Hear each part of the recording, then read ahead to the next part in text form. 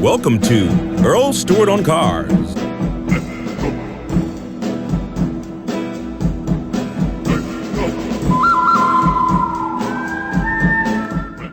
Good afternoon, Anthony. Good afternoon, sir, and thank you for taking my call. Well, I've been doing a little bit of research online. I've been to a Chevy store.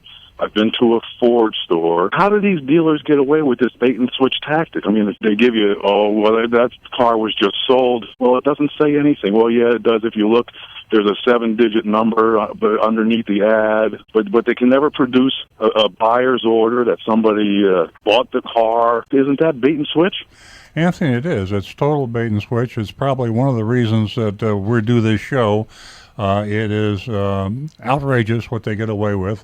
There are a lot of reasons why this happens. I could talk about the very, very powerful lobbyists and the state legislatures. When you add the muscle of the manufacturers to the car dealers, about the only lobby that can hold a candle to the auto industry is the insurance industry. Another part of it is it's been going on so long, Anthony, the bait and switch and all the other unfair and deceptive sales practices, that people have gotten used to it. It's just the way a car is bought. And you talk to anybody on the street and they say, I'm going to go buy a car and I'd rather have a root canal. Strangely enough, there are not a lot of complaints made to the Attorney General's office or to the Department of Motor Vehicles.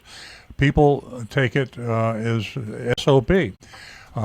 You give me an opportunity now to give out a website that I put on personally so that you can obtain and download complaint forms.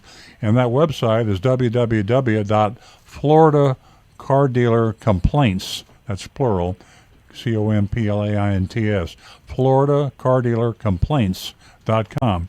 You go to that website and you can download a complaint form for the Florida Attorney General. That's Pam Bondi. You can also download a complaint form for the Florida Department of Motor Vehicles and also for the Florida Office of Consumer Affairs.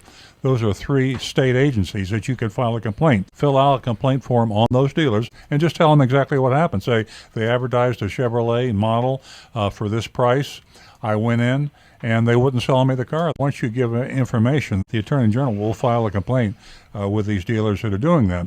But they don't get a lot of complaints. As I say, this show is something that I'm doing to try to spur those complaints. As I said before, there's not a lot of impetus with the Florida legislatures to make laws and enforce laws because they rely on the car dealers. They fund with these political action committees, millions of dollars to get these politicians elected. And the media is the same way.